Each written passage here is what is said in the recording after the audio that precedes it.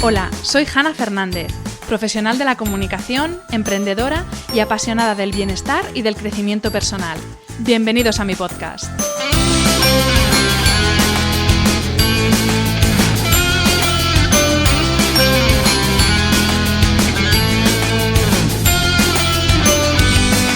En cada episodio encontrarás charlas con personas brillantes e inspiradoras que te van a dar las claves para reinventarte, ilusionarte, empoderarte y vivir por fin la vida que quieres. Personas que con su trabajo diario y con su ejemplo están cambiando el mundo. Hablaremos de todas las esferas del bienestar sobre las que puedes actuar para empezar ya a vivir bien de verdad. Relaciones personales, equilibrio emocional y mental, trabajo, salud, sostenibilidad, finanzas, emprendimiento y crecimiento personal. ¿Estás listo? Vamos, yo te acompaño. Aquí comienza tu guía para vivir bien.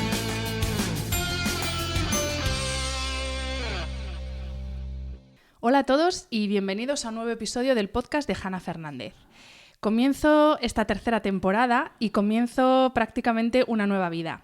Como os dije en el cierre de la segunda, me he liado la manta a la cabeza y he decidido que 2020 va a ser el año de apostar por mí, por mis ideas, por mi talento y a ver qué pasa. Como dicen en la película La llamada, lo hacemos y ya vemos. Así que me apropio de este claim de los Javis como nuevo mantra para mi vida, que ya me he cansado de vivir en constante parálisis por análisis. No sé cómo llevaréis vosotros vuestros buenos propósitos para 2020. Yo hace ya años que en vez de propósitos prefiero hablar de objetivos. Y uno de los objetivos que me he marcado para este nuevo año es empezar a hablarme a mí misma con más respeto, con más amor y con más comprensión. Muchas veces nos decimos a nosotros mismos cosas que no le diríamos ni a nuestro peor enemigo. Y para cambiar ese relato que nos contamos, qué mejor que charlar hoy con Luis Castellanos, filósofo y pionero a nivel mundial en la investigación del lenguaje positivo como herramienta innovadora para el progreso de la humanidad. Bienvenido, Luis, y mil gracias por estar aquí hoy. Hola, bienvenido y bien hallado, gracias a ti, Hanna. Encantado de estar a tu lado. Luis, cuéntanos un poco antes de entrar en materia y empezar a hablar de tu último libro, El lenguaje de la felicidad. Cuéntanos un poco cuál es tu trayectoria y qué pasos te han llevado hasta donde estás hoy. Eso está bien. Mi trayectoria es muy larga porque tengo ya 64 para 65 años, por lo tanto es una trayectoria larga. Bueno, quizá en el fondo se puede resumir en una palabra, es el arte de aprender a vivir. En el fondo lo que yo he hecho es cómo puedo aprender de mí mismo, de las cosas que me han ido sucediendo, porque claro, al final todo me sucede porque tengo vida. Y cómo reacciono ante todo lo que me sucede, pues me lleva quizá a este camino, que es el que quizá hoy empecemos a hablar, ¿no? A ver cómo es la vida y a construir parte de algo ejecutivo, porque en el fondo necesitamos cierta practicidad para poder vivir, para tener felicidad. Y voy buscando esa metodología cercana, claro, que yo creo que tenemos que tener al ser humano para que podamos tener una buena historia de vida, que es lo que más nos importa a todos los seres humanos. Y en el fondo mi trayectoria es esa, a ver cómo voy alcanzando para tener una buena historia de vida, es decir, a ver cómo puedo ser un poquito más feliz cada día, aunque luego ya hablaremos de felicidad. Sí, vamos a hablar mucho de felicidad. Y veremos qué es eso de ser feliz. Pero bueno, en el fondo lo que decía antes, esto es un método para vivir, lo que he construido a lo largo de mi vida, un método para aprender a vivir y sobre todo para vivir. Comienzas el primer capítulo del libro diciendo que estamos aprendiendo a rediseñar la vida para alcanzar la felicidad. Dices también que la era de la felicidad se reinventa en el siglo XXI y la mayor revolución se producirá en nuestro mundo interior. Luis, explícanos qué es exactamente nuestro habla interna, que es algo que mencionas mucho a lo largo del libro. El habla interna es quizá lo que con nuestra vida, la parte genética que también está ahí, la parte que cuando nacemos, cuando vamos evolucionando, creciendo poquito a poco, de repente, claro, algo se nos queda dentro de nosotros y nos damos cuenta que somos seres pensantes, que pensamos diferente al resto del mundo, que eso nos hace ser únicos, que eso es lo que conforma también nuestra mirada, nuestra forma de entender el mundo, que cuando estamos a solas pues seguimos hablando y escuchando nuestra propia voz, que cuando estamos con otras personas seguimos escuchando nuestra propia voz, en forma de juicio, de crítica, o en forma de acercamiento, o en forma de esperanza, o en forma de sueño. El habla interna, en el fondo, es la capacidad que nosotros tenemos de darnos cuenta de quiénes somos y las posibilidades que tenemos dentro de quiénes somos de cambiar nuestra propia historia de vida. Es decir, darnos cuenta que las cosas que hacemos a veces están bien, a veces están mejor, a veces no están tan bien, que aprendemos a perdonarnos, a querernos, y que quizá cuando construimos todo eso también nos damos cuenta que el otro, a través de mi habla interna y de mi voz interior, también tiene el mismo derecho que yo a pensar que puede cambiar, que se puede perdonar, que puede aprender a querer y amar más cada día. Pues eso es el habla interna, la capacidad de construir el futuro. Haces también al principio del libro una afirmación que me parece súper potente y de la que creo que no somos muy conscientes, y es que las palabras diseñan pensamientos. ¿Hasta qué punto influye tanto lo que nos dicen los demás como lo que nos decimos a nosotros mismos en lo que pensamos y, por extensión, en lo que sentimos y en lo que acabamos convirtiendo en una creencia? A ver, claro, las palabras diseñan pensamientos. Es bonito saber por qué empezamos a hablar. Yo no lo sé, quizá muchos seres humanos se lo están preguntando, científicos, etcétera. Yo tengo una teoría, ¿no? Siempre la planteo, una teoría que en el fondo creo que se acercará poco a poco a la realidad, que aparece también en el libro. No sé si habría que después hablar extensamente sobre ella o no, pero es la teoría de los originales. Es decir, creo que en un momento dado sí pensábamos y nos emocionábamos antes que hablar. Porque la evolución era así. Imaginarme yo hace miles de años frente a quien podía ser mi compañera o compañero durante, pues eso, esa época, pero todavía no hablábamos. No habíamos definido qué es un beso, qué es una caricia, qué es un abrazo. Y de repente yo estaba mirando y veía, pues por ejemplo en mi caso, a mi compañera, que habíamos tenido un niño y se acaricia a ese niño, se le abraza, se le besa, y eso de repente me genera una emoción y quería explicar esa emoción. Y yo creo que poquito a poco esas emociones originales se expresaron a través de palabras, porque nadie sabía lo que era, lo que decíamos antes, un abrazo, un beso, una caricia. Ni le poníamos palabras a aquello que pensábamos que podía ser soñar, crear futuro. No teníamos la construcción del lenguaje. Simplemente pensábamos que algo podíamos explicar acerca de lo que veíamos. Y el lenguaje se convirtió en esa herramienta más maravillosa para poder explicar lo que veíamos. Y luego hubo eso como los vasos comunicantes, ¿no?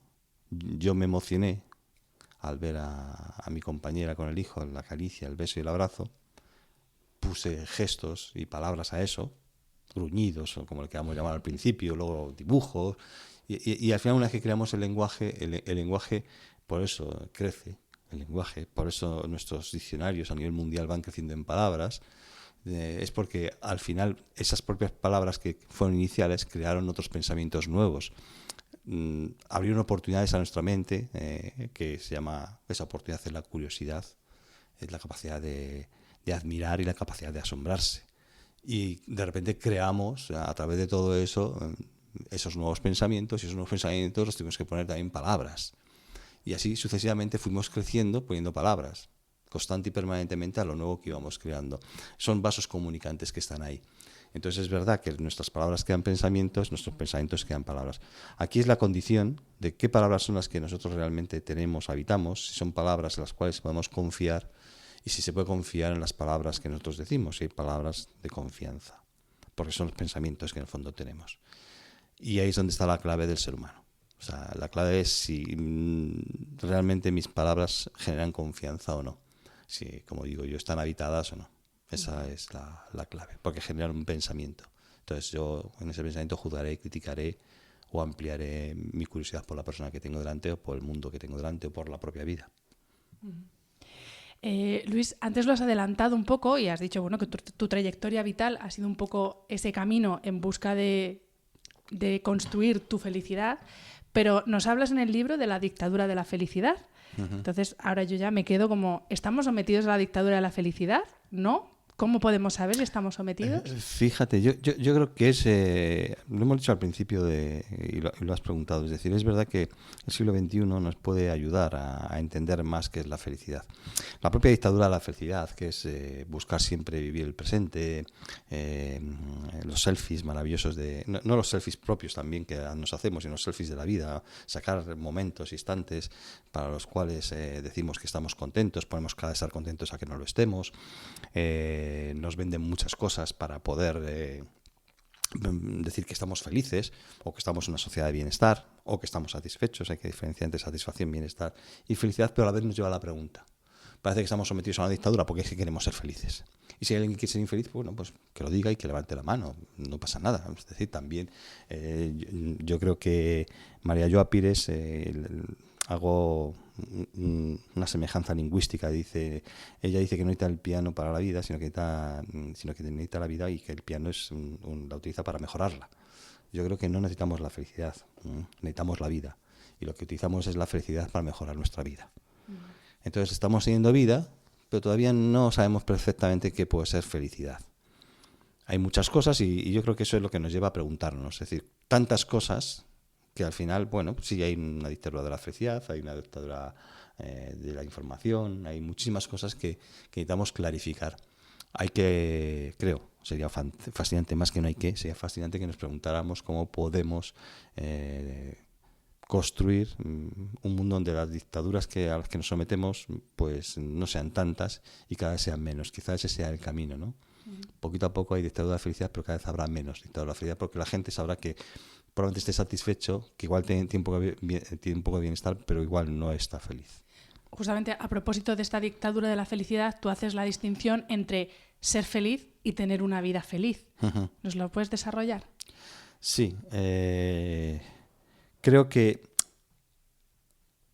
a ver, una persona no es feliz sin más, porque no existe como abstracción. Soy feliz. Soy Luis Castellanos. Probablemente eso hasta pondría en duda. Me han puesto un nombre. Qué filósofo. Sí. Qué filósofo. Me sale la parte de la filosofía. En el fondo es lo que digo de la felicidad. La felicidad es un acto consciente y es un acto creativo.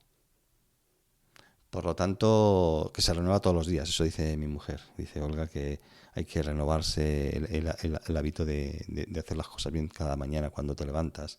Hay que renovar tus propuestas diarias. La felicidad es un acto creativo y es un acto consciente.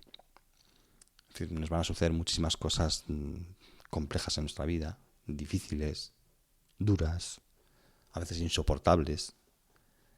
Y ahí tendremos que crear la felicidad, es decir, tendremos que crear la respuesta ante todo eso. Esa creación de la respuesta es lo que me puede hacer tener una buena vida, una vida feliz. No es que no existan cosas que me vayan a doler, porque al final desaparecerán seres queridos, o seres queridos me traicionarán, o me pasarán cosas de salud que, bueno, ni me las imaginaba, y de repente, claro, tengo que crear una respuesta ante todo eso. La felicidad es un acto creativo. Lo que sucede con la dictadura de la felicidad es que nos quitan la creatividad. Ahí sí. Y no nos dejan ser y tener un acto creativo constante y permanente ante los sucesos de la vida. Y pensamos que podemos solucionarlo todo igual con unas vacaciones o comprando no sé qué, y nos damos cuenta que ahí no. Que es lo que decíamos, esa habla interior, que en un momento dado se da cuenta y dice, bueno, hasta aquí. Quiero cambiar mi vida.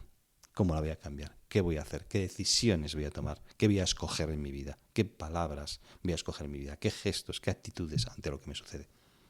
Eso es. También nos hablas en el libro sobre... Perdón, que sigo todavía con un poco de catarro. Nos hablas sobre esa postura de comodidad que a veces adoptamos para no decidir por nosotros mismos. Es decir, depositamos en otras personas, en cosas, en cursos, en libros de autoayuda, en retiros de yoga, en lo que sea. Ponemos en esas cosas, en esos terceros, nuestras expectativas en lo que a felicidad se refiere y no somos conscientes de que los únicos capaces de recorrer ese camino hacia la felicidad o hacia tener una vida feliz somos nosotros. Claro, porque al final yo soy el que nazco, el que crezco y el que muero. Por lo tanto, puedo ir a esos cursos de autoayuda, puedo leer esos libros de autoayuda o de filosofía o de matemáticas, o puedo ir a un gran concierto, o puedo desayunar con mis amigos, que también eso me proporciona cierto grado de felicidad, también cierto grado de lucidez, pero al final tengo que decidir yo, tengo que escoger. Es a lo que yo me refiero. Es decir, es verdad que la vida es el estar contagiado de la vida de otros, es estar con otros. Solos no podremos, porque no sabríamos nada. Solos no tendríamos ni hablaríamos, ni seríamos quienes somos. Por lo tanto, necesitamos a los otros. Y los otros, pues también nos aportan. Y nos aportan de diversas formas. Unas veces formas artísticas, como puede ser la música, el teatro, la danza, la arquitectura, la literatura. Y nos aportan y nos hacen ver el mundo. Otras veces pues necesitamos ir a cursos de yoga, de meditación, que también nos hacen ver. Pero la decisión final siempre es mía. Alguien me puede ayudar a ver, lógicamente, porque yo he vivido de otros, yo he sentido la vida de otros y esa vida de otros me ha hecho cambiar. Por lo tanto, negar eso creo que sería decir yo puedo todo y al final nos damos cuenta que yo no puedo todo. Yo a veces necesito un curso que me digo, pues no me ha servido mucho, bueno, algo te ha quedado. Y vas buscando hasta que un día te das cuenta que el poder está en ti, de alguna manera, de cambiar. Pero igual he necesitado pequeños pasos, en mi caso muchos años, hasta poder llegar a un punto en el que digas, bueno, ya empiezo a escoger de verdad. Que escogeré hasta el último de mi vida y a veces no escogeré bien. Entonces, bueno, pues ahí está.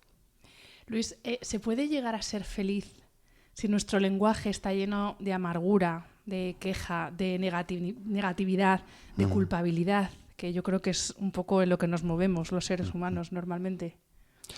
Claro, si nuestro lenguaje no es feliz, nosotros es que no lo somos. Si nuestro lenguaje engaña, es que no lo somos. Si utilizamos el lenguaje para manipular a los demás, no lo somos. Buscaremos otras cosas, pero felices no.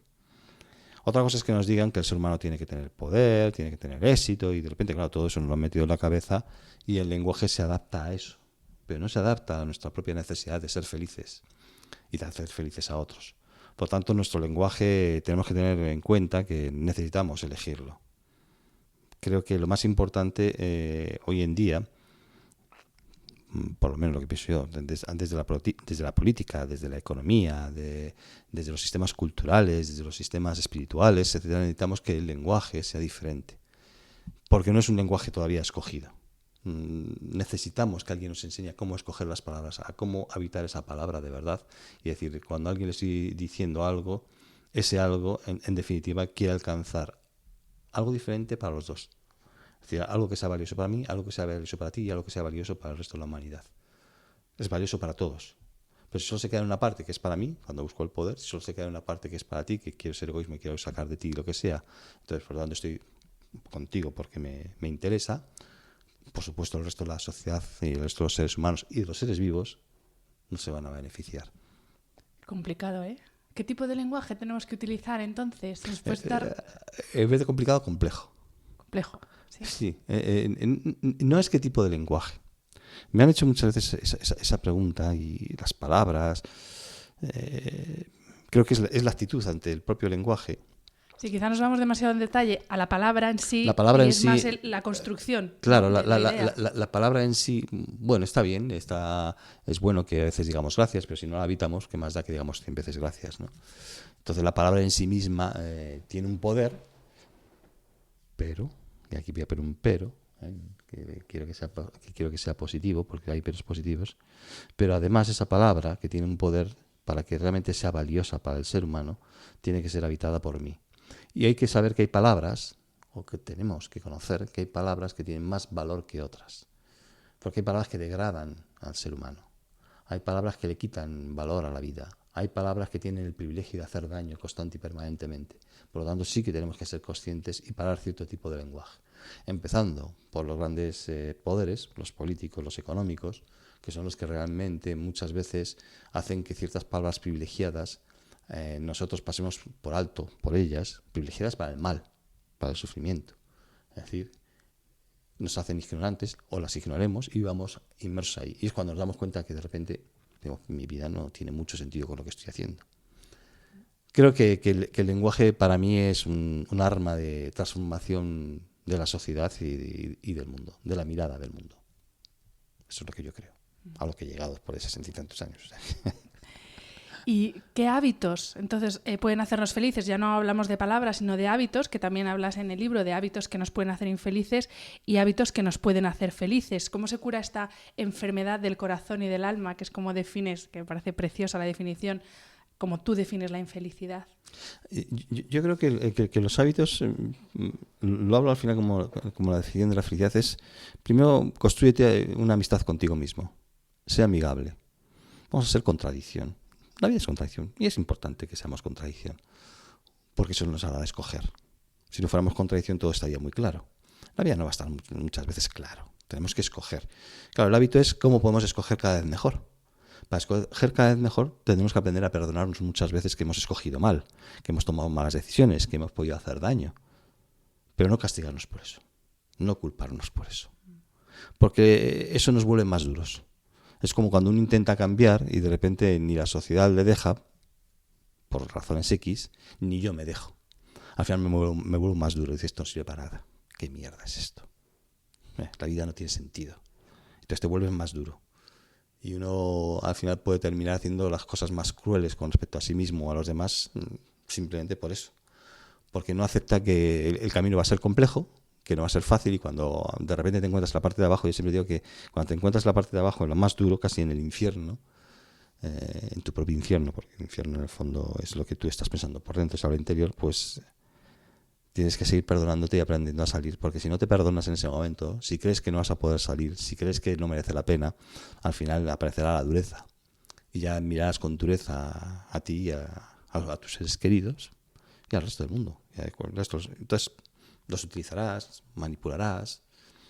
Es cuidar un poco más la vida y cuidarte a ti mismo. Por lo tanto, yo creo que la capacidad de perdonarte y confiar en ti es básica. Es un hábito que así de sencillo. Luego vamos a hablar de la confianza. Pero antes quería retomar una idea que has adelantado al principio. Tú dices en el libro que vivimos sumidos en el lenguaje de la escasez. Ah, sí. Y es verdad, es que yo lo pienso y yo me reconozco mucho, bueno, después del cambio que yo he pegado en mi vida en los últimos 2 meses, cada vez me veo menos ahí, pero es verdad que yo he vivido mucho tiempo en ese lenguaje de la escasez de es que todo lo malo me pasa a mí, es que yo tengo un gafe, es que muchas veces incluso nos excusamos en ese lenguaje que utilizamos para no tomar decisiones, como tú decías, para no ejecutar, porque claro, es que todo cuesta disciplina, cuesta esfuerzo, cuesta sacrificio, y utilizamos muchas veces el lenguaje como excusa. Creo, no sé tú. Bueno, claro, el lenguaje se utiliza como excusa porque es la herramienta a la que hemos salido. Es decir, nosotros nacemos al lenguaje. O sea, no nacemos a otra historia. El lenguaje es lo que nos ha hecho ser quienes somos. En parte sí, por supuesto. Pero todo lo hemos explicado por lenguaje. El mundo, el color, el aire, el amor, el trabajo, el éxito, el fracaso, el miedo. Entonces, claro, al final, ¿qué es lo que queda?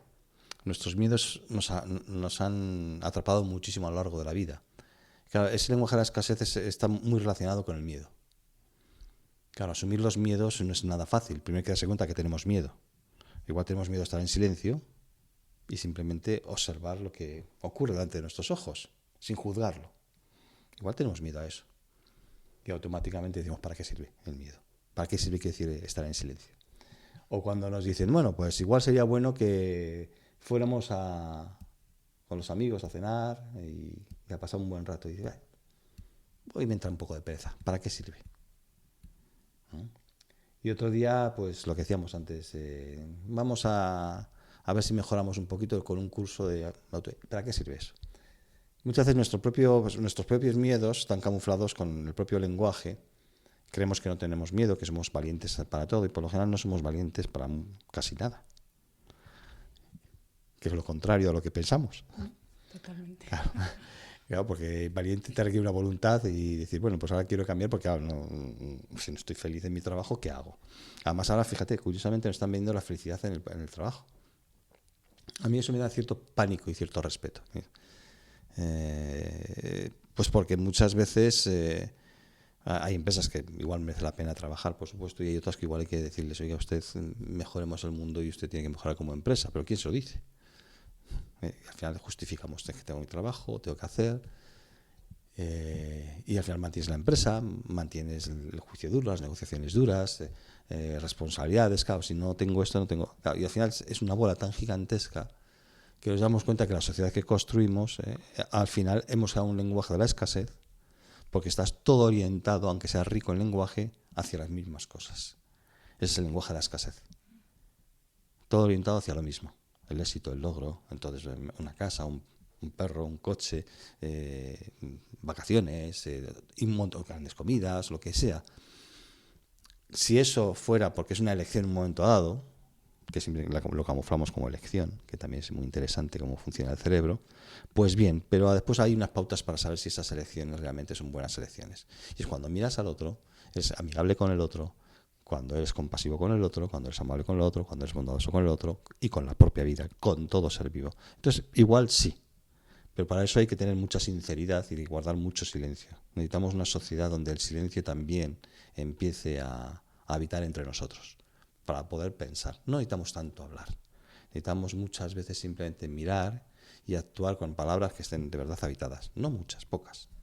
Esa precisamente era la siguiente pregunta, de la importancia que tú le das ya no solo al lenguaje, sino también la importancia que tienen nuestros silencios, porque al final la forma de hablar contigo mismo es en silencio.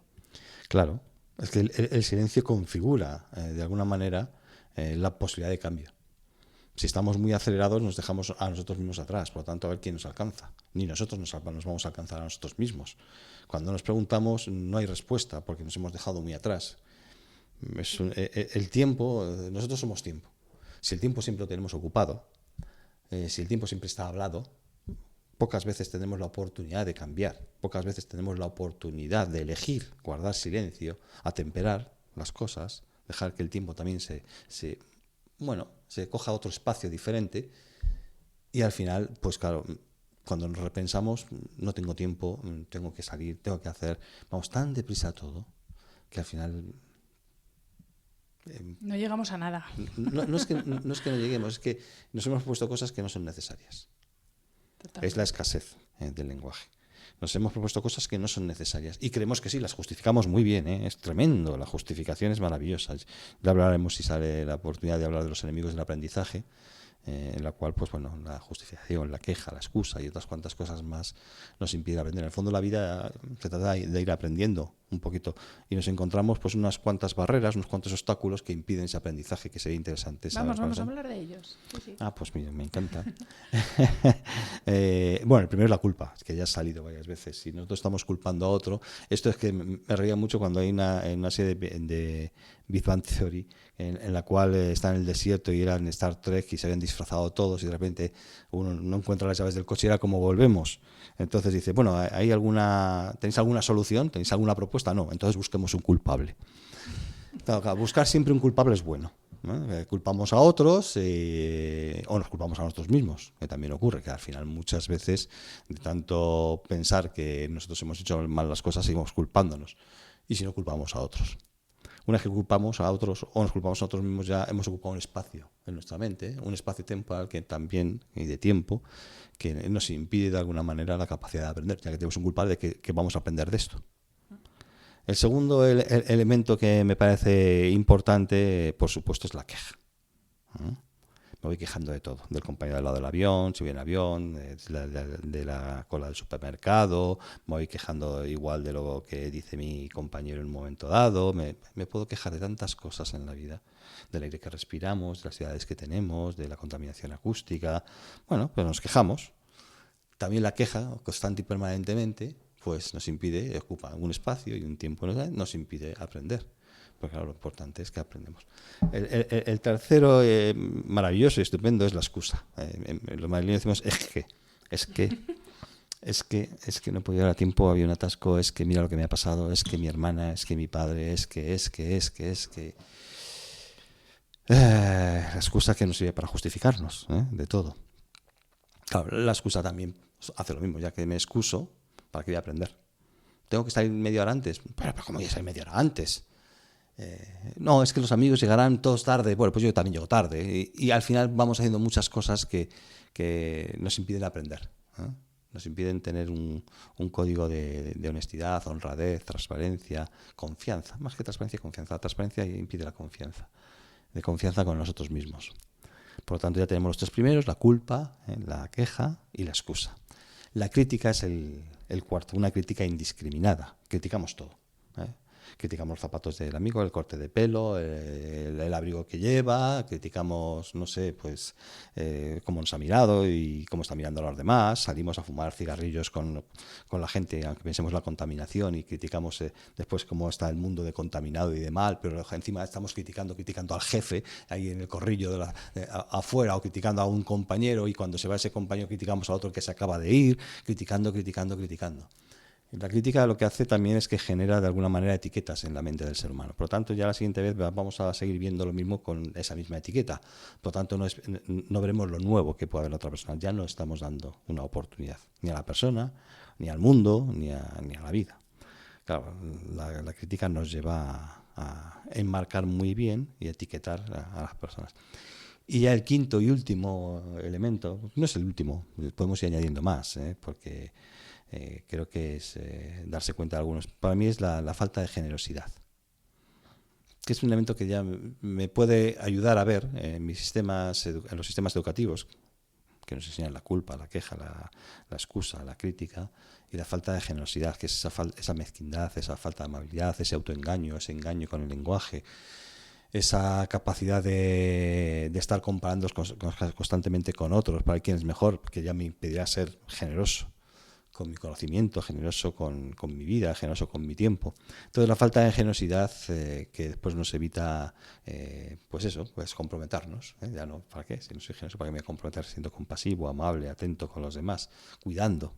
Se lo requerimos a los demás, que cuiden el planeta, que cuiden a todo ser vivo, pero nosotros no. Entonces, claro, esos 5 elementos, que cada uno puede tener su árbol lógico, es decir, sus otras palabras que llevan, pues pueden ser unas pistas para saber por qué no aprendemos. Si nos encontramos y nos pillamos, pues eso, culpando, quejándonos, excusándonos, juzgando, criticando, no siendo generosos, pues probablemente tendremos unas cuantas pistas para saber por qué no estamos aprendiendo y por qué después nos va a costar escoger, porque ya está todo en nuestra mente muy hecho, escoger nuevas posibilidades sobre nosotros mismos. Nos tenemos que perdonar todo lo anterior.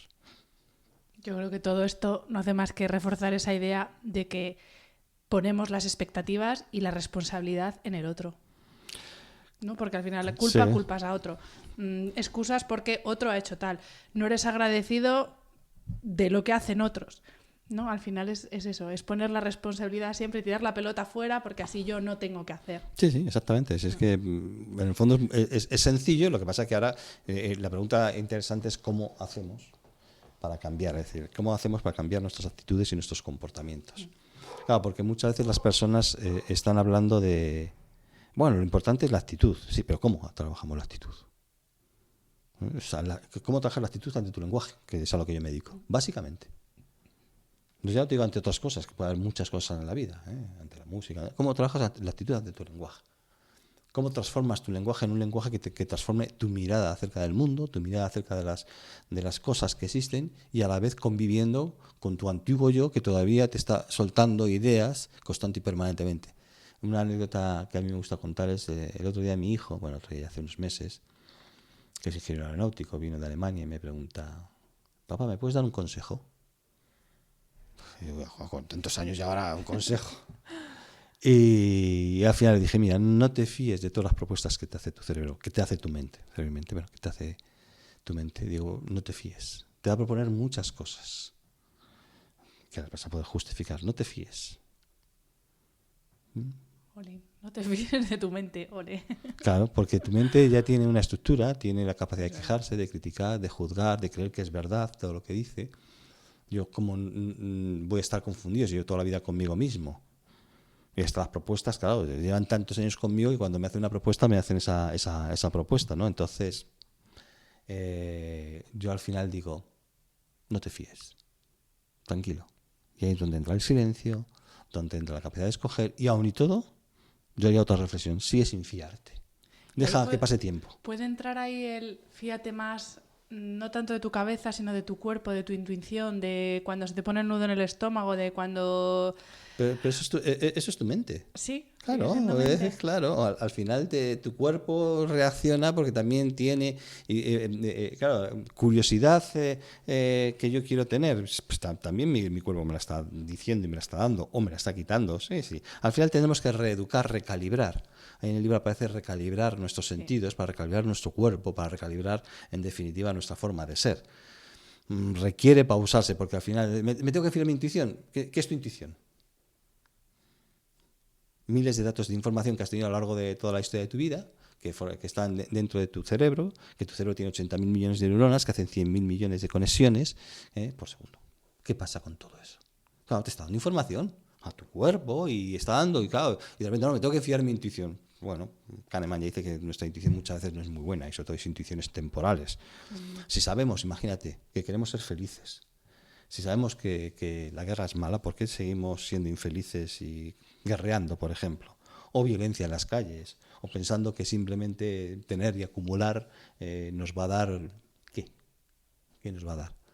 Entonces, claro, la gente dice, bueno, tendré más recursos, porque tener dinero no te hace la felicidad. No tenerlo tampoco. Es que por eso es, porque es una elección. Es una decisión, es un acto creativo. Y puede ser alguien pobre que tiene dinero, que tiene felicidad porque lo ha decidido. Y cada mañana la renueva ese acto creativo de ser feliz. Claro, es que a En veces, cualquier parte sobre del todo con mundo. el dinero, confundimos el término abundancia. O sea, una cosa es tener dinero que te permite tener abundancia de muchas cosas, pero efectivamente no por ello vas a ser más feliz. Claro, es que el término de la abundancia y se vende muchísimo y atrae todo lo que tú quieras conseguir. Hay muchas cosas engañosas en la vida.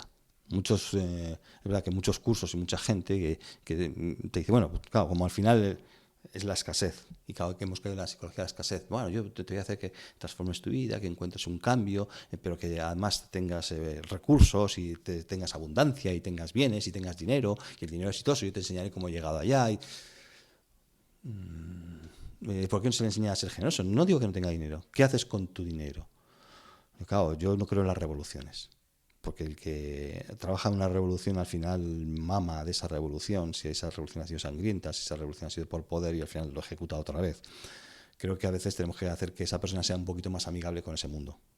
¿Cómo conseguirlo? Pues ese es el acto creativo. ¿Cómo conseguimos que un dictador sea más generoso con el mundo, con la vida, que tenga actos creativos más generosos? Porque si vamos a revolucionar nos vamos a enfrentar y al final tendremos enfrentamientos en las calles, en los lugares. Los países más violentos donde más gente muere no es en las guerras, son en Brasil, en Venezuela, en ciertas ciudades mexicanas, en lugares donde hay más muertos que en Irak, que hay más muertos, claro, no lo sabemos. Todo eso tenemos que ser conscientes que son sistemas políticos que nos rigen y que con su lenguaje nos meten en una psicología de la escasez, donde las diferencias de clases nos hacen llegar a tener violencia hacia el otro. Claro, no nos han enseñado que igual lo que tenemos que hacer es cómo podemos ser amables con nosotros mismos para que el otro, que eso no significa que seamos tontos, que la gente dice, no. Lo que he decidido no es ir en contra violentamente, ni contra mí mismo, ni contra otro, no generar odio. Entonces, claro, esto es para hablarlo con tranquilidad, porque significa también cambiar nuestra mirada sobre los sistemas económicos y políticos y que cada uno también empieza a descubrir cómo puede ser más generoso con lo que tiene. Es decir, si tienes abundancia, por cómo has llegado no se sabe, yo sí puedo saber, y otros pueden saber cómo llegan, claro, es muy complejo decir, tiene miles de millones, claro, cómo has llegado. Pero enséñale a que sea más generoso. No se lo quites. Porque otro vendrá detrás tuya que querrá quitarte lo que tú has conseguido. No es eso. No es eso. Hablando precisamente del cómo, vamos a ver si ponemos un poco de esperanza. Tú hablas en el libro varias veces de planificación, pero no planificar para ser más productivo, que es como se aplica normalmente este término, últimamente solo al tema negocios y trabajo, sino a tener un plan para alcanzar la felicidad. ¿Cómo se establece un plan para alcanzar la felicidad? Porque yo puedo hacer un business plan, pero ya un plan para alcanzar la felicidad ya lo veo más complejo. A ver, me ha gustado lo primero que has dicho, así tenemos un poco de esperanza en el diálogo. Es que creo que hasta nuestro propio lenguaje parece que ver que las cosas no funcionan es como quitar la esperanza y entonces queremos mantener lo anterior. No, al revés. Yo creo que lo más importante es darte cuenta que hay una realidad en la cual tú puedes intervenir. Hay gente maravillosa por el mundo. Hay gente que trabaja... Sí, afortunadamente, porque si no ya nos habríamos extinguido. Que trabaja muchísimo y muy bien. Hay gente que con recursos que sabe que al final va a repartir va a hacer algo con esos recursos, va a compartir la vida. Hay mucho y bien por ahí. Pero sí que es verdad, y aparece en el libro, porque claro, aquí hay como dos elementos en el libro para tener un plan de felicidad. Uno, primero, que es lo cotidiano. Muchas veces tomar un café con un amigo es maravilloso y estupendo. Ir al cine es maravilloso y estupendo. Ir a una obra de teatro, el que le gusta el teatro, es maravilloso y estupendo. Ir a un concierto es estupendo. Salir a pasear aquí por el Retiro, la casa de campo, pues es estupendo. A otro puedo pasear. Y eso te da esos momentos también de felicidad. Que no es contradictorio a la otra felicidad que significa tener algo que te guíe más allá de lo que tú piensas que es lo tuyo. Porque la felicidad no es para unos pocos, es para todos. Y toda vida vale igual, vale lo mismo. Por lo tanto, tenemos que darnos cuenta que toda vida, no ser humano solamente, toda la vida. Entonces ya ahí entraríamos en otro elemento diferente para construir ese plan de felicidad. El plan cotidiano de la felicidad es abrazar, besar, acariciar a tus seres queridos, a tus compañeros, a tus amigos, ¿por qué no? O sea, no pasa nada. De repente viene un amigo que está triste y simplemente con que le toques la cabeza y le digas, cuéntame. Ya está. No pasa nada más. Y eso hace un momento feliz. El escuchar con tranquilidad, el escuchar a veces el sonido del mar, el escuchar, todo eso nos hace feliz. Pero luego hace falta otro elemento de felicidad para construir, que ese es el corresponsable con la humanidad y con todo ser vivo. Ese es el que realmente te está diciendo esa pieza clave. Porque lo otro, se tiene mucha gente. Y es que yo soy feliz con mis amigos, claro, pero nadie te va a decir que no. ¿Cómo vamos a entrar en algo si es lo que más me gusta a mí es cenar con mis amigos y sobre todo cocinar, que a mí me encanta cocinar con mis amigos, que vengan a mi casa y que yo cocine y que vaya a su casa y yo cocine? ¿Cómo no? O sea, eso bueno, el cómo no también hay que decirlo. Eso es una de las claves. Pero otra es aquello que trasciende de ti. Esa parte que todo el mundo busca y le llamamos hacer espiritual, es decir, darnos cuenta que yo tengo tanto derecho a ser feliz como otro que está en el otro lado del mundo, o como la perra que tú tienes en casa. Es decir, tiene derecho. ¿Cómo yo contribuyo a esa felicidad? ¿Cómo yo contribuyo con mis palabras, con mi lenguaje, con mis gestos, con mis actitudes, con mis comportamientos a esa felicidad? A veces lo haré mejor, a veces lo haré peor. Ahí es donde entra el perdón, ahí es donde entra la confianza en mí mismo para saber que igual no lo voy a hacer perfectamente, que el otro me quiere mirar como si fuéramos el perfecto y no lo voy a ser. Pero sin embargo, la clave para saber si realmente somos seres humanos que queremos construir una mejor humanidad, un destino mejor de nuestra humanidad, está en que miremos a los otros. Y que seamos más bondadosos, más compasivos, más amorosos, más amigables con los otros. Si eso no lo tenemos, bueno, hay una felicidad cercana, pero creo que en el fondo seguiríamos entonces en el mismo camino. Por eso la esperanza para mí es que hay más gente, y cada vez hay más gente, donde esa parte de desarrollo global, espiritual, no sé, no es místico, porque no es la palabra que me gusta adecuado, pero sí que es verdad que sentimos de alguna manera que las cosas pueden ser diferentes, pero nuestra mirada tiene que ser diferente. Te voy a devolver una pregunta que lanzas tú en el capítulo de Caligrafía de la Vida, que es la siguiente. ¿Podemos crear con las palabras el futuro que soñamos? Y si es que sí, ¿cómo? Mira, esto me encanta. Esto que me parece de los programas de televisión cuando hacen una pregunta y siempre contestan. Esta pregunta me encanta. A mí me encanta. Mira, te voy a decir por qué y qué es interesante y ojalá los oyentes tengan la oportunidad de acercarse a un vídeo muy pequeñito que es del enviado especial o el embajador especial o el asesor especial de la ONU para un proyecto, un programa que han sacado me parece que es el 18 de junio de este año, que es un programa maravilloso, hablando del lenguaje del odio y cómo crear contranarrativas contra el lenguaje del odio. En ese pequeño discurso del asesor especial, del embajador especial, como digo yo, de la ONU para ese programa, a mí me fascinó. Habla de que las palabras son como balas, matan. Y pone ejemplos como las palabras matan. Y como esas palabras que son privilegiadas en muchos lugares del mundo, no solamente en zonas de guerra, sino en muchos lugares del mundo, matan.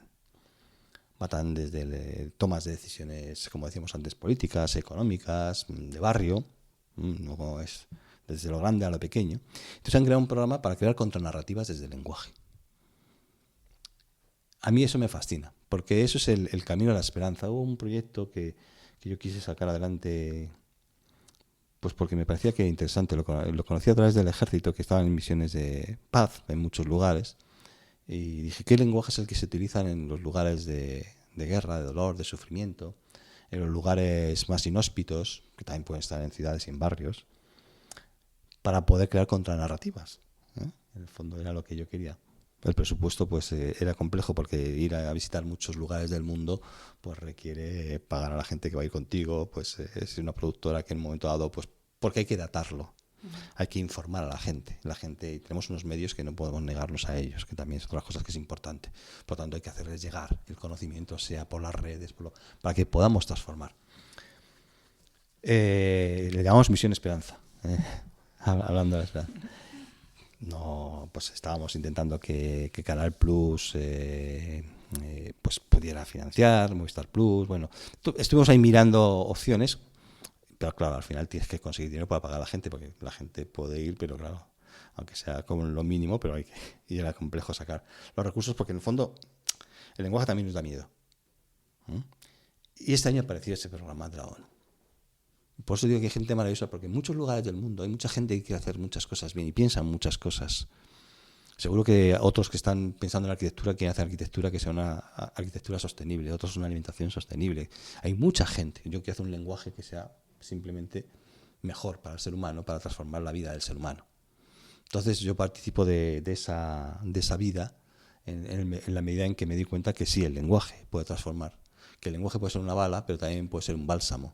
Que el lenguaje puede ser, el lenguaje es oral, escrito y gestual. El lenguaje puede ser un abrazo o puede ser un tortazo de palabra, es decir, que me dejes en paz, o que te doy la espalda y ya simplemente sé que cuando me das la espalda ya no importo mucho para ti, que el desprecio aparece. Entonces transformar todo ese lenguaje, el lenguaje de las sociedades donde al final se desprecia a un niño o a una niña y si te pongo los casos más duros, pues ¿te vas a acostar conmigo? No, pues te pego un tiro y al siguiente sí, ya verás como sí. Ya está, es así de sencillo, no hay más. Luego pues a otros se empodera con otras palabras, ¿no? Donde al final se parece que va a hacer el bien a través del mal, ¿no? Como son siempre sistemas económicos que al final te venden que eso es bueno para toda la sociedad, cuando se dan cuenta que al final yo creo que las empresas se tienen que convertir en instrumentos de paz. Y si hablas de muchos lugares donde las empresas han ido a explotar, no son instrumentos de paz, sino de diferenciación. Entonces ese lenguaje, yo creo que el lenguaje es la posibilidad. Y creo que es la posibilidad de transformar el mundo de verdad. Ahora, necesita pues eso, que haya personas, en este caso como la ONU en un momento dado, que sacan un proyecto que a mí me parece fascinante. Hablas en el libro del vínculo mágico que existe entre nuestro cerebro y la escritura. De hecho, sí. Cuando hemos estado charlando antes de empezar a grabar y tú me has comentado que cuando yo lo que hago con los libros es que los grabateo muchísimo y tú lo que me decías es que tú reescribes lo que lees. Háblanos de esta importancia, porque es algo que yo creo que estamos perdiendo. El hecho de escribir a modo también como una herramienta de reflexión, creo que lo estamos perdiendo por los ordenadores, móviles, ya no se escribe. Aquí existe, como todo será un paso. Hay personas que son nativos digitales y otros que no, pero todavía el cerebro no es un nativo digital en sí mismo. Tenemos un vínculo muy especial que es maravilloso entre la mano y el cerebro, y entre la mano y el lenguaje. Entonces, cuando hablo de caligrafía me refiero que podemos trabajar caligráficamente simplemente en casa, con un cuaderno, con una letra bonita, que sea legible, con tranquilidad. No es caligrafía especial donde las letras ya pueden ser estupendísimas y maravillosas, artísticas, sino el arte de tu mano que hace una palabra entendible, pero que en cada trazo de esa palabra, por ejemplo, vas a poner, hoy quiero dar las gracias a mi marido por lo que ha hecho. Entonces piensa simplemente en la palabra gracias, por ponerte, porque es una palabra que nos gusta tener y manejar. Pues cada vez que tú hagas cada trazo de la G, piensa en la persona a quien le vas a dar las gracias, en la R, en la A, en la C, en la I, en la A y en la S. Escríbelo con lentitud, con tranquilidad, porque necesita reposo y la persona a la que va dirigida necesita ese respeto. Esa es la caligrafía del alma, la caligrafía del corazón, donde al final lo haces. Y luego si quieres puedes pensar en otras gracias y amplias tu círculo al círculo de la escala de tu casa, de la calle, y puedes agradecer a alguien. Y luego puedes ampliar tu círculo y puedes hacer que ese círculo sea más universal. Es decir, a la vida en sí misma o a la vida de otras personas en otros lugares de cualquier otra parte del mundo, para que te des cuenta que tú tienes que ser expansivo. Que el respeto no es respeto a lo cercano solamente, sino respeto a lo lejano. Y esa es la caligrafía, que si la haces a mano, poco a poco, lo que te estás dando es tiempo, te estás dando espacio, te estás dando con mimo una mirada diferente a esa letra que tú estás poniendo, porque esa letra tiene un destino. alguien la va a poseer, alguien la va a tener, porque se la vas a dar tú, de corazón. Tú cuando vayas a cualquier lugar llevarás esa letra ya inscrita dentro de ti y sabrás que las gracias, pues igual, que se las das a tu compañero o a tu compañera, a tu amigo, a tu vecino, a la calle, se las das igual a la vida y se las das igual en otro lugar donde tú vayas a viajar. Qué ejercicio más bonito. Me gustaría también que hablásemos de, si tuviera que quedarme con una parte del libro, que la verdad es que me costaría, pero vaya, si tuviera que elegir una, para mí sería el espacio que le dedicas a 2 recursos de los que disponemos los seres humanos para dirigir nuestra vida, que son precisamente 2 recursos que son finitos, que son limitados, que son el tiempo y la atención. Háblanos, porfa, de estos 2 recursos. Bueno, para mí las claves del ser humano es tiempo, porque como decía antes, nacemos, crecemos y morimos, y atención, y a lo que prestamos atención a lo largo de la vida. Simplemente tenemos que observar ahora cómo es el mundo de los videojuegos. Los videojuegos son tiempo muy escaso y atención, que te enlazan por bloques. Por eso nos atrapan. Porque somos eso, precisamente. Y eso lo saben, solamente hay que ir a las conferencias de los grandes creadores de videojuegos, que han dado en TED o en cualquier otro lugar, para saber cómo nos van a capturar siempre el tiempo y la emoción. Porque es lo que tenemos. O sea, si nazco al tiempo. Y cuando muero, dejo el tiempo. Luego cada uno tendrá las creencias y yo ahí no entro en las creencias de cada uno. En este tiempo en el cual estamos. Y claro, es a la atención. ¿A qué presto atención durante todo este tiempo? Claro, la atención nos la van capturando desde que somos pequeñitos. Entonces, claro, nos dan la atención y nos dicen en nuestros sistemas educativos pues, que tenemos que prestar atención a las matemáticas, a la física, al lenguaje, al deporte, a lo que sea. Pero ya nos están, de alguna manera, poniendo una atención. Si no es esa, sería otra. Siempre vamos a estar atentos a algo. O sea, no es criticable la atención, sino a lo que estamos prestando atención. Cuando se habla de mejorar nuestros sistemas educativos, simplemente te están diciendo ¿a qué vamos a prestar atención? Porque claro, yo quiero que mis hijos sean felices. Por eso escribí el segundo libro, Educar en Lenguaje Positivo. Porque todo el mundo decía que quería ser feliz y quería averiguarlo si era verdad. Y entonces fui a los colegios, pregunté a los padres, a los profesores. A raíz de toda la investigación en el colegio, publicamos el segundo libro y se lanzó el tercero, El Lenguaje a la Felicidad. Pues claro, todo el mundo quiere que sus hijos sean felices. De mayor quiero ser feliz, como dice una amiga mía. Es un libro enamorato. Y yo, claro que de mayor queremos ser felices, pero nos están educando para que nuestra atención y nuestra mirada esté directamente en la felicidad, de lo que nos va a producir, para que nuestro tiempo esté condensado en tener más grado de felicidad. No siempre felicidad, yo no es buenismo, un poquito más de grado. Entonces, claro, para mí la clave es cómo yo controlo, cómo domino más mi atención y cómo domino más mi tiempo, mi vida. Entonces, claro, no es negar lo que tenemos, es que tenemos lo que tenemos. Vale, pues es un buen principio.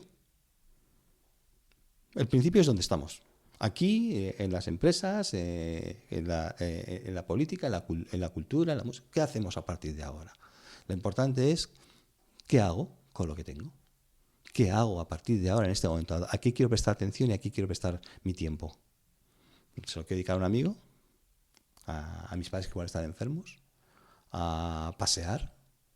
Claro, al final siempre nos vamos a poner excusas. Yo siempre, como decía una amiga mía, si ahora de repente se inunda el piso de arriba, te aseguro que sacamos tiempo y salimos de la oficina donde estemos para que la inundación no arruine toda nuestra casa. Sin embargo, hay inundaciones que arruinan nuestra vida y no somos capaces de pararla.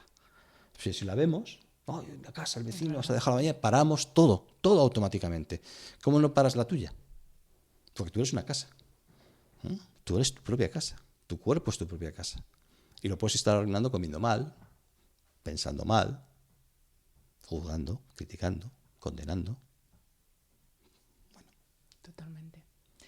Pues Luis, para ir terminando la entrevista, te voy a devolver otra de las preguntas que lanzas tú en el libro, que es, ¿podemos crear o podemos inventar la felicidad? ¿Y cómo? Son 2 elementos. Crear e inventar son 2 cosas diferentes. Creo que para mí, cuando digo que la felicidad es un acto creativo, es que la creo en ese momento ante lo que está sucediendo. Y es renovable día a día y quizá a veces minuto a minuto, porque los acontecimientos vitales no sabes cómo suceden. Tus respuestas las tienes que empezar a aprender, a enseñar, más que enseñar, tú las tienes que empezar a aprender, que es lo que quería decir, a entrenarlas, darte cuenta que tienes que ser creativo, porque lo que te va a llegar es nuevo, todo es nuevo, y tu respuesta va a ser nueva, va a ser renovable. No es un invento que queda ahí y de repente ya se puede utilizar. No, es un acto creativo de aquí y ahora en lo que ha ocurrido. Ante una enfermedad, una pérdida, una separación, muchísimas cosas que pueden ocurrir. Hay actos creativos. Y los actos creativos se renuevan porque muchas veces no es un acto creativo que ya está resuelto, sino que mañana lo tengo que volver a renovar porque me seguirá doliendo igual si me he separado que me he separado. Y al día siguiente otra vez, y al día siguiente otra vez. Y cuando me desanimo es cuando todavía tengo que pensar y tengo que confiar en mí. Voy a renovar mi acto creativo con respecto a lo que me ha ocurrido. Porque el cerebro te va a seguir haciendo las propuestas. Es decir, peleate con tu marido, peleate con tu mujer, peleate con tu compañero, con tu compañera, Claro, y de repente tú tienes que decir, voy a parar, porque todo esto lo único que me va a llevar es a mí y a los demás a hacer infelices. Entonces, claro, renovar es un acto creativo. Si lo invento, parece que ya está y lo dejo ahí. Ya lo he inventado, es un invento, pues está puesto ahí. No, es un acto creativo consciente y cotidiano. Es decir, y no es un camino. Se hace en el camino, que es diferente, pero no es un camino. Es que la felicidad se encuentra en el camino, no se encuentra. Yo ahí difiero totalmente con toda la gente que dice que la felicidad se encuentra en el camino. No, es un acto creativo. No. Si le quieres llamar camino, en tu tiempo. Y es un acto de atención, lo que hablábamos antes. ¿A qué le presto atención y cómo son mis palabras cuando estoy prestando ahí atención a eso? En ese tiempo y en ese camino. Ahí es donde realmente puede ocurrir la gran revolución personal, la que uno busca. Es decir, darse cuenta que yo tengo un acto creativo. Importante. A veces soy débil y necesito a los otros. Y es importante darse cuenta que muchas veces los otros te enseñan a ser creativos, a ser creativo. Y yo creo que eso también nos tenemos que dar cuenta, saber pedir ayuda como darla. La clave está en esos dos verbos que yo decía en un momento dado, dar y recibir. Pedir ayuda y recibir esa ayuda, saber dar esa ayuda. Es decir, es importante que el ser humano no piense que todo es... si tú piensas, tú lo vas a conseguir todo. Yo, que mido unos 67 o 68, no sé cuánto me diría ahora, cada vez menos, como suele decir, si pienso que iba a ser pívot de la NBA y iba a 1.213, no lo voy a conseguir. Y lo mismo con todo lo demás. Pensamos que las cosas hay físicas y otras que son etéreas, que otras son solamente por fuerza de voluntad. Hay muchas cosas. En la vida necesitamos mucha amigabilidad entre nosotros, porque hay otros que no lo van a poder conseguir. Yo necesito que ese otro pues le vea yo de esa manera. Igual yo puedo echar una mano o igual me está echando a mí, porque eso es el mundo amigable, la escucha y probablemente ayudarnos un poquito más. Pues Luis, mil gracias por esta charla, mil gracias por tus reflexiones, por tu visión filosófica del mundo, que creo que hace mucha falta este tipo de visión. Yo tengo formación humanista, entonces me gusta mucho la filosofía y bueno, pues eso, que muchísimas gracias. Gracias a ti, de verdad, Hanna. Ha sido un placer estar aquí contigo. O sea que vamos a disfrutar de la vida, que es importante. Y sobre todo, muchísima esperanza, pero demos esperanza a nosotros. Nuestro lenguaje a veces parece que es duro cuando estamos hablando, y no hemos hablado de muchas cosas, pero es que ahí, en esa dulzura, es cuando tenemos que dar esperanza. Ahí en ese dolor y ese sufrimiento, cuando tenemos que dar esperanza, porque la esperanza en esa palabra tenemos que ser fascinante que fuéramos capaces de construir un mundo cuando miramos al otro de esperanza. Te miro a tus ojos y yo te contagio esperanza. Eso sería lo importante. Y a veces tenemos que aprenderlo en el camino. Yo creo que, por ejemplo, a mí me parece que lo más importante es cómo creamos esperanza en los otros. Por eso decía que las empresas son instrumentos para la esperanza, son instrumentos para la paz. Eso tendría que ser, digamos, hoy en día una empresa, como nosotros mismos, ¿no? Instrumentos de esperanza, instrumentos de paz, no lo contrario. Sería bonito. Mil gracias, Luis. Gracias a ti. Y a todos los que nos estéis escuchando, mil gracias como siempre. Os recuerdo que podéis estar al tanto de todas las novedades y proyectos que estoy preparando para 2020 en mi web, hanafernandez.es, y en mi cuenta de Instagram, hanafr. Mil gracias, un beso fuerte y hasta la semana que viene.